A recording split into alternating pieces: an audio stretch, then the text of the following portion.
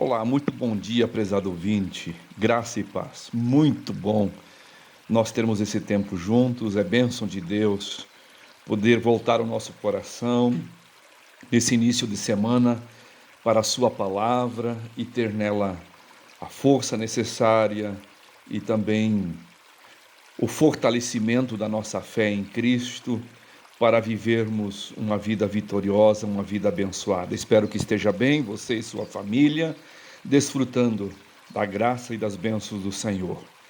Hoje é o primeiro domingo após a celebração da Páscoa, data muito especial. E eu quero usar um texto hoje, em Lucas 24, verso 13, seguintes, aonde fala de dois homens que, depois de Jesus haver sido crucificado, eles voltaram tristes, cabisbaixos, frustrados para a sua casa.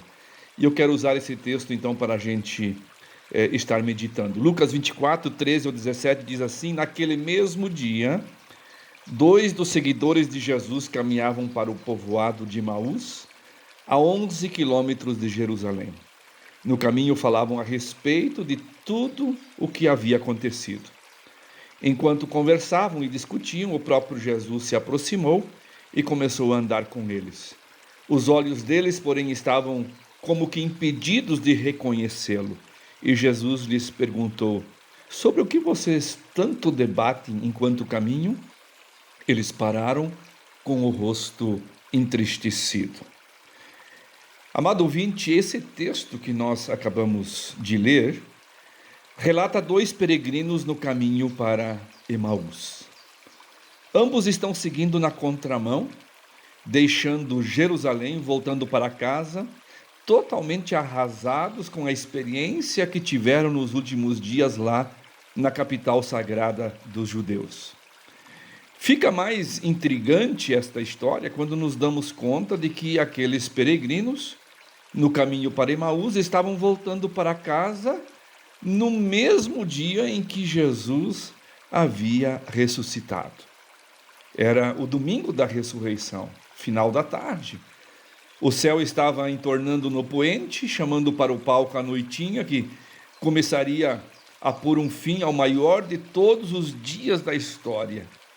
O dia em que Jesus Cristo venceu o pecado e a morte e ressuscitando dentre os mortos. O que de fato teria acontecido com aqueles peregrinos?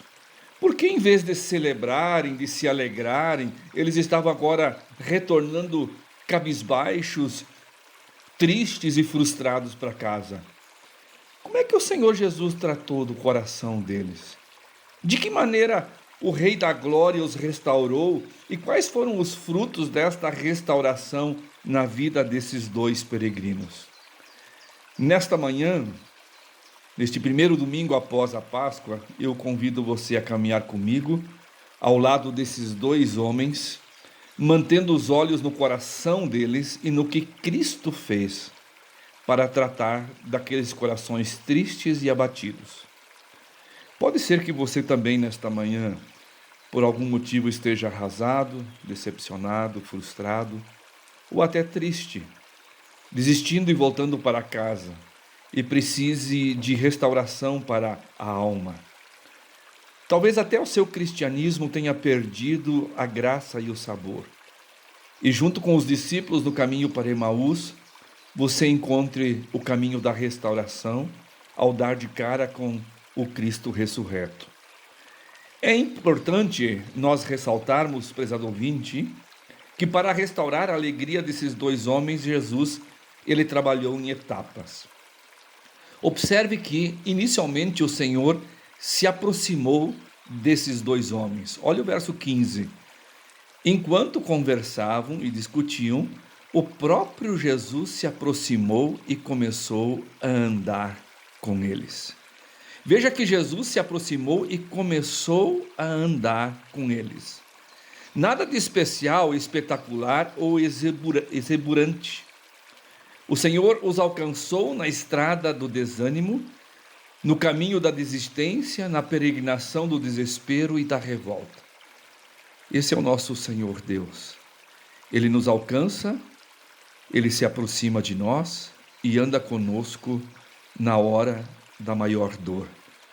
Nossos olhos é que não costumam ver. Os olhos deles, conforme diz o verso 16, estavam como que impedidos de reconhecê-lo. Mas o Senhor está sempre próximo de nós nas horas que menos conseguimos perceber. Depois de Jesus se aproximar deles, o Senhor interagiu com os dois discípulos. O verso 16 seguinte diz que os olhos deles, porém, estavam como que impedidos de reconhecê-lo. Jesus lhes perguntou: sobre o que vocês tanto debatem enquanto caminham? Eles pararam com o rosto entristecido. Então um deles, chamado Cleopas, respondeu: você deve ser a única pessoa em Jerusalém que não sabe das coisas que aconteceram lá nos últimos dias. Que coisas? Perguntou Jesus. Olha só, Jesus puxa a língua deles, fazendo-os falar. Jesus os instiga a dialogar com ele, a interagir. De fato, ele os instiga a orar. Aquilo que havia muito eles tinham parado de fazer, isto é, orar, o Senhor os provoca a recomeçar. A oração, meus amados, é o fôlego da alma. Na hora do sofrimento, nós somos tentados a falar com a gente mesmo, com quem pensa como a gente, remoendo os problemas, as lutas, as dificuldades, muitas vezes das decepções, as frustrações, a exemplo aqui dos discípulos de Emaús, e deixamos de falar com Deus. Assim nós perdemos o fôlego da oração e a alma vai se asfixiando aos poucos. É nessa hora que o Senhor se aproxima e começa a interagir conosco. Logo em sequência, o Senhor os levou de volta à palavra de Deus. E isso é um fato muito importante a ressaltar, amado ouvinte. Não haverá restauração se nós não nos voltarmos para a palavra de Deus.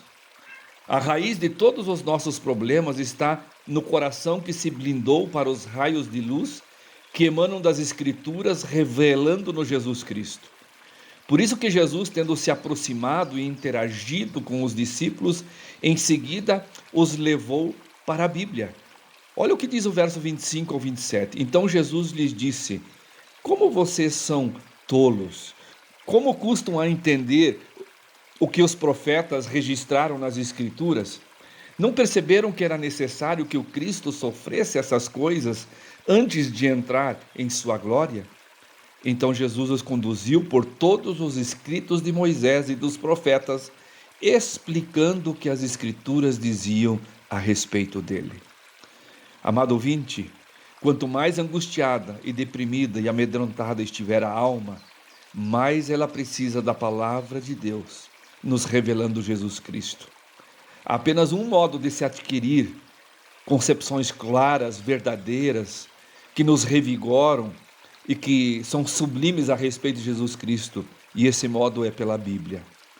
A palavra de Deus é o prisma através da qual a luz de Jesus Cristo decompõe-se em suas múltiplas e admiráveis cores. A Bíblia é um retrato de Jesus Cristo. Temos de contemplá-lo com tamanha intensidade de desejo que, pela obra graciosa do Espírito Santo, ele se torne vivo para nós, encontre-se conosco e preencha-nos com ele mesmo. E depois de tudo isto, Jesus os serviu com comunhão. O verso 28 seguinte diz: aproximando-se de Emaús, o destino deles Jesus fez com quem seguiria a viagem, mas eles insistiram: fique conosco essa noite, pois já é tarde. E Jesus foi para casa com eles. Quando estava à mesa, ele tomou o pão e diz a palavra que Jesus abençoou. Depois partiu, ele lhes deu, então os olhos deles foram abertos e o reconheceram. Amado ouvinte, a comunhão com o Senhor se aprofunda na medida em que nós insistimos com Ele para que Ele fique conosco. É quando Ele entra na intimidade do nosso coração. É quando Ele é convidado para ceiar conosco. E aí então Ele nos serve em amor, revela-nos seu sofrimento por nós e os nossos olhos se abrem para Ele em reconhecimento. Aí está, portanto, a cura para a alma deprimida, a alma decepcionada, triste, frustrada e desistente. A proximidade de Jesus, sua interação conosco e a comunhão com Ele pela palavra nos restauram.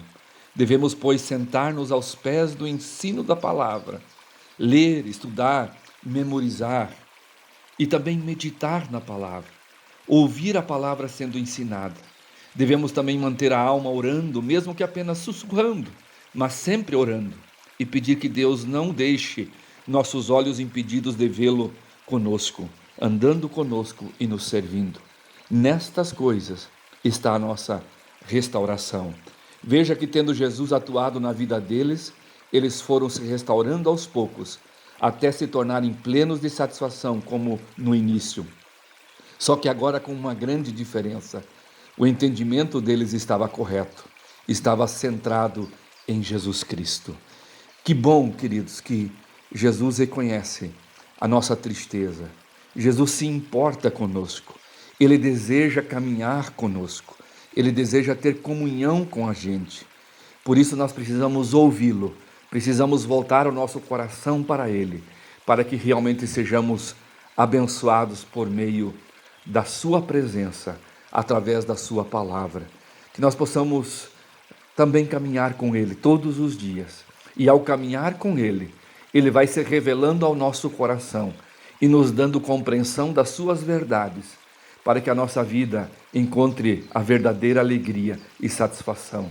Que você possa buscar a presença de Jesus e, através desta presença e desta comunhão, ter a sua alma purificada e transformada. Que Deus abençoe e aplique esta palavra no meu e no seu coração.